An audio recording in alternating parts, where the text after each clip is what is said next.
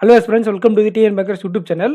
April 6ஆம் தேதி ஒரு எக்ஸாம் இருக்குது என்பதா, அது என்னென்ன எக்ஸாமாக இருக்கலாம் அப்படின்னு இந்த வீடியோவில் சொல்லியிருக்கேன். ஸ்டேட் ஏ இது வந்து பார்த்தீங்கன்னா கிரிட்டிக்கல் லிஸ்னிங்கில் ஸ்டேட்மெண்ட் ஃப்ரெண்ட்ஸ். வாங்க டேட்டா வீடியோக்குள்ள போடலாம். ஸ்டேட் ஏல ஹோம் மினிஸ்டராக இருக்கக்கூடிய ஒரு பேர் வந்து பார்த்தீங்கன்னா அனில் தேஷ்முக். இவர் வந்து மண்டே ரிசைன் பண்ணிடுறாரு. பாம்பே ஹைகோர்ட்டு இவருக்கு எகென்ஸ்டாக ஒரு ஆர்டர் பாஸ் பண்ணியிருக்காங்க. எதன் அடிப்படையில் சிபிஐ ஒரு அலிகேஷன் வச்சுருக்காங்க. எதுக்குன்னா டு எக்ஸ்டார்ட் 100 crore. எக்ஸ்டார்ட்னா பறிக்கிறது. யாருக்கிட்ட இருந்துன்னா பார்க்கிட்ட இருந்து ரெஸ்டாரண்ட் கிட்டையும். ஸோ இதோட முழு மீனிங் என்னன்னா, ஒரு ஸ்டேட் ஏவுடைய ஹோம் மினிஸ்டராக இருக்கிறவர் என்ன பண்ணியிருக்காருன்னா, பார்க்கு நடத்துகிறவங்ககிட்டயும் ரெஸ்டாரண்ட் நடத்துகிறவங்ககிட்டயும் 100 கோடி ரூபாய் பறிமுதல் பண்ணியிருக்காரு. அதனால் அவர் மேலே ஒரு சிபிஐ கேஸ் வந்திருக்கு. அந்த சிபிஐ கேஸின் அடிப்படையில் பாம்பே ஹைகோர்ட் ஒரு ஆர்டர் போட்டிருக்கு. ஓகேங்களா? இது வரைக்கும் புரிஞ்சிருக்கும். அடுத்த sentence. After resigning Deshmukh took A flight to Delhi. தலைவர் என்ன பண்ணுறாருன்னா ரிசைன் பண்ணிவிட்டு நேராக டெல்லிக்கு ஃப்ளைட் எடுத்து கிளம்பிட்டு இருக்காரு. அங்கே போயிட்டு he met Congress leader and prominent lawyer Abhishek Singhvi. அங்கே போயிட்டு ஒரு காங்கிரஸ் லீடரையும் ஒரு லாயரையும், காங்கிரஸ் லீடரும் அவங்க தான், லாயரும் அவங்க தான். நம்ம எடுத்தோடனே லீடர்னதும் இதை பொலிட்டிக்கல் நினச்சிட்டு இருப்பாங்க. அது கிடையாது. அவங்க வந்து லீடராக இருந்தாலே அவர் ஒரு லாயர் சிவாங்கிங்கிறவங்க. அபிஷேக் சிவாங்கியை பார்த்துருக்காங்க. அது மட்டும் இல்லாமல் he was also likely to meet Kapil Sibal. Kapil Sibal யாருன்னா அனதர் டாப் லாயர். ஸோ 2 லாயரை பார்த்துருக்காங்க. எதுக்கு அப்படின்னா discuss the merits of approaching the supreme court against the high court decision. இப்போ ஹைகோர்ட் ஒரு டிசிஷன் பண்ணியாச்சு, நம்ம இதை சுப்ரீம் கோர்ட்டுக்கு அப்பீல் பண்ணுறதுனால நமக்கு என்ன மெரிட் கிடைக்கும் அப்படிங்கிற மாதிரி டிஸ்கஸ் பண்ணுறதுக்காக இந்த 2 லாயரும் போய் பார்த்துருக்காங்க. ஸோ இதுதான் ஸ்டேட்மெண்ட். இதுலேருந்து என்ன இன்டர்ஃபியர் பண்ணுறாங்க, இன்டர்ஃபியர்னா டெட் இன்டர்பிரிட்டேஷன் மாதிரி தான். சரிங்களா? இதுலேருந்து நீங்கள் புரிஞ்சுக்கிட்டு இதுக்கு ஆன்சர் பண்ணணும். அதுதான் ஸ்டேட்மெண்ட் இன்டர்ஃபியரன்ஸ். வாங்க நம்ம ஆன்சர் பண்ணலாம். ஸோ இதுதான் ஹைப்போதீசிஸ்னா இதுலேருந்து பேராகிராஃப்லேருந்து நீங்கள் என்ன புரிஞ்சுக்கிட்டீங்க, இந்த கொஸ்டினில் இருக்கிறதுக்கு என்ன காரணமாக இருந்திருக்கலாம் அப்படிங்கிறது தான் இதுக்கான ஆன்சர். அவங்க கேட்டிருக்க கேள்வி. ஸ்டேட்மெண்ட் ஏல என்ன சொல்கிறாங்கன்னா, Kapil Sibal and Abhishek Singhvi is a hard lawyer who had 5 high-profile cases and succeeded in it. என்ன மீனிங்னா, இந்த 2 லாயர் பார்த்தாரு இல்லையா, அந்த 2 லாயரும் சக்ஸஸ்ஃபுல்லாக இருக்காங்க அண்ட் ஹை ப்ரொஃபைல் இருக்கக்கூடிய கேசஸை ஹேண்டில் பண்ணியிருக்காங்க. அந்த மாதிரி அதில் சக்ஸஸ் கண்டிருக்காங்க. உண்மையை தானே அது. இவர் போய் குடுன்னு ஓடி போய் அவ்வளோ அவசரமாக ஃப்ளைட்டில் போஸ்டிங் ரிசைன் பண்ணிட்டு போய் பார்க்குறாருன்னா கண்டிப்பாக சக்ஸஸ்ஃபுல் லாயரை தான் போய் பார்த்துருப்பாரு. இப்போ நீங்கள் டிஎன் மேக்கர்ஸ் சேனலில் வந்து பார்க்கறதுக்கு காரணம் என்ன, என்னுடைய வீடியோ பிடிச்சிருக்கு, நான் சக்ஸஸ்ஃபுல்லாக இருக்குன்னு என்னுடைய வீடியோ வந்து பார்க்குறீங்க. அந்த மாதிரி தான் அவங்க சக்ஸஸ்ஃபுல்லாக இருக்கிறதுனால அங்கே போய் பார்த்துருக்காங்க. ஸோ இது correct. Supreme court will announce life இம்ப்ரெஸ்மெண்ட் to Deshmukh. இங்கேயே இது வந்து எலிமினேட் பண்ணிட்டோம். இப்போ ஆல்ரெடி ஒரு ஸ்டேட்மெண்ட் கொடுத்துருக்காங்க, அதை ஒரு பனிஷ்மெண்ட் கொடுத்துருக்காங்க. அது என்ன பனிஷ்மெண்ட்னு நமக்கு சொல்லலை அவங்க. அப்போ இருக்கும்போது அது 10 நாள் ஜெயிலாகவும் இருக்கலாம், 15 நாள் ஜெயில் போடுவாங்களே யூஸ்வலாக, அதுவாகவும் இருக்கலாம். இல்லை ஒரு 2 இயர்ஸு இல்லைன்னா 5 இயர்ஸ் அந்த மாதிரி ஏதாச்சும் ஒன்று இருந்திருக்கலாம். நம்மளாவே வந்து அவங்க சுப்ரீம் கோர்ட்டுக்கு போனால் இவங்க லைஃப் இம்ப்ரெஸ்மெண்ட் வாழ்நாள் போல் ஆயுள் கைதியாக போட்டுருவாங்க அப்படின்னு சொல்லியிருக்காங்க. அது போடுவாங்களா? இவங்களா சொல்கிறது தானே அது. ஸோ இது வந்து இந்த ஸ்டேட்மெண்ட்டில் டைரெக்டாக எங்கேயும் மென்ஷன் பண்ணல லைஃப் இம்ப்ரெஸ்மெண்ட் பற்றி, சுப்ரீம் கோர்ட்டை பற்றி. அண்ட் இன்னொரு தப்பு பண்ணுவாங்க, இங்கே சுப்ரீம் கோர்ட் இருக்குது, இங்கே பாம்பே ஹைகோர்ட் இருக்குது. இதுலேருந்து தப்பிக்கிறதுக்காக தான் அவங்க பாம்பே சுப்ரீம் கோர்ட்டுக்கே போகிறாங்க. ஸோ இது வாய்ப்பே கிடையாது. ஸோ இது வராது. இது வந்து ஒரு அசம்ஷன். அவங்களே பாசிபிலிட்டி கிரியேட் பண்ணி சொன்னது. இது eliminated. There will be political attack by opposition demanding to quit பண்ணணும் சீஃப் மினிஸ்டர் ஆஃப் ஸ்டேட் ஏ. ஒன்றும் இல்லை, பொலிட்டிக்கல் அட்டாக் இருக்குன்றாங்க. இப்போ இந்த ஹோம் மினிஸ்டர்ன்றது ஒரு ஸ்டேட்டுடைய மிகப்பெரிய போஸ்டிங் இல்லையா, அவர் வந்து ஒரு கேஸில் மாட்டுறாருன்னா கண்டிப்பாக அந்த ஆளுங்கட்சி மேலே ஒரு புள்ளி, இவ்வளோ கருப்பு புள்ளி. அப்போ என்ன சொல்லுவாங்க ஆப்போசிஷன் பார்ட்டி, இதுதான் டைமு, சிக்கனாண்டா சிவனாண்டின்ற மாதிரி வந்துடுவாங்க இல்லையா. அப்படி தான் வந்து பிடிச்சிருவாங்க, முச்சிருவாங்க. வந்து போராட்டம் பண்ணுறது, பஸ்ஸு ஸ்ட்ரைக் பண்ணுறது, இந்த மாதிரிலாம் பண்ணி எனக்கு ஆட்சியில் வந்து சட்ட ஒழுங்கு சரியில்லை, ஆட்சியை கலைக்க வேண்டும், அப்படி இப்படி துடால்னு ஸ்ட்ரைக் பண்ணி போராட்டம் பண்ணுவாங்க இல்லையா. அப்படி பண்ணும்போது என்னாகும், சீஃப் மினிஸ்டரை அவங்க பதவியை விட்டு இறங்கணும் அப்படின்னு டிமாண்ட் பண்ணுவாங்க. அது உண்மைதான். அப்போ இது கரெக்டு. அப்போ ஆன்சர் ஏ அண்ட் சி தான் கரெக்டான ஆன்சர். ரொம்ப பொறுமையாக உங்களுக்கு புரிகிற மாதிரி சொல்கிறேன். ஏன்னா உங்களுக்கு கிரிட்டிக்கல் லிஸ்னிங் மேலே நிறைய பயம் இருக்குது. அது ஆக்சுவலாக ஈஸியான சப்ஜெக்ட்.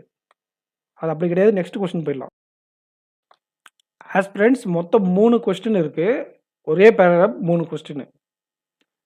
சீஃப் மினிஸ்டர் வந்து அவரே ரிசைன் பண்ணிடுவாராம். அது நடக்குமா?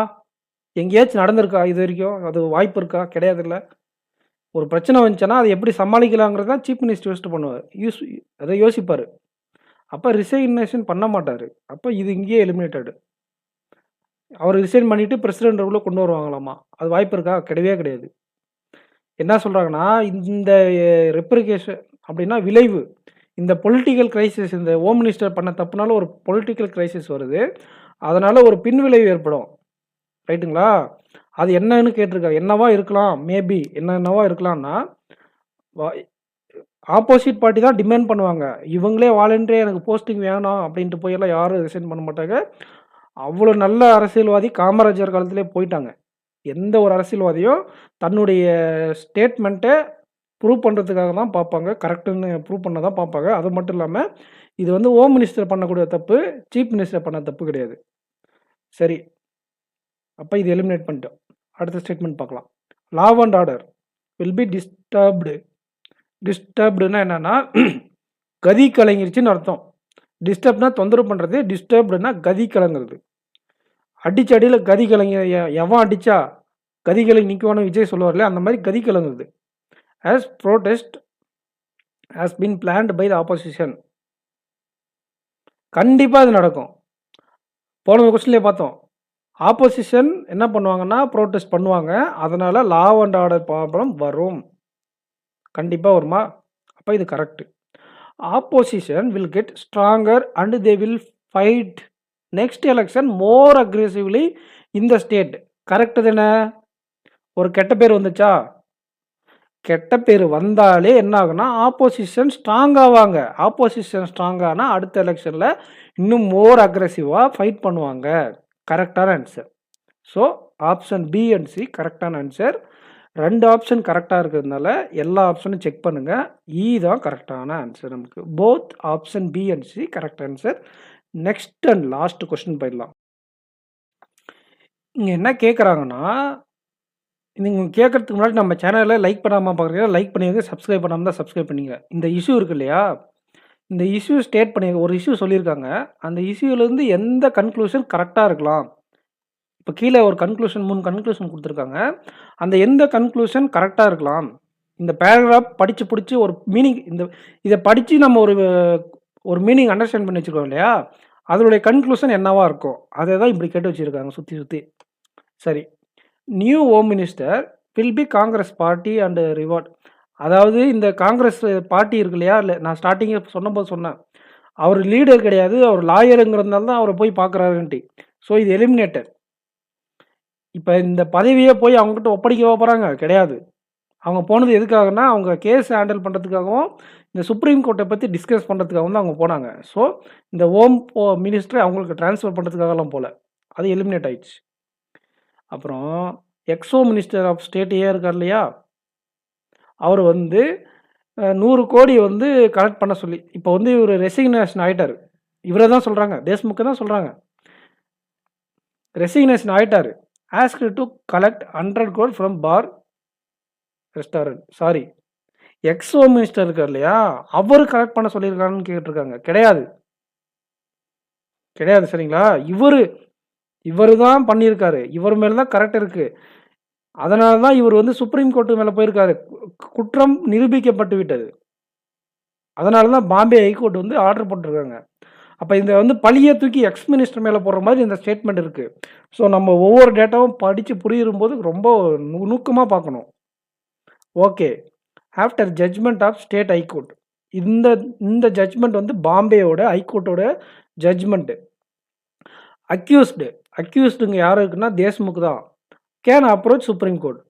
பண்ண முடியுமா? பண்ண முடியாதா? பண்ணலாம். அதுக்காக தான் என்ன பண்ணியிருக்காரு, டெல்லிக்கு போய் 2 லாயரவே பார்த்துருக்காரு. நம்ம சுப்ரீம் கோர்ட்டில் அப்ளை பண்ணால் நம்ம எதாவது தப்பிக்க வாய்ப்பு இருக்கான்னு அப்படின்னு கேட்டிருக்காரு.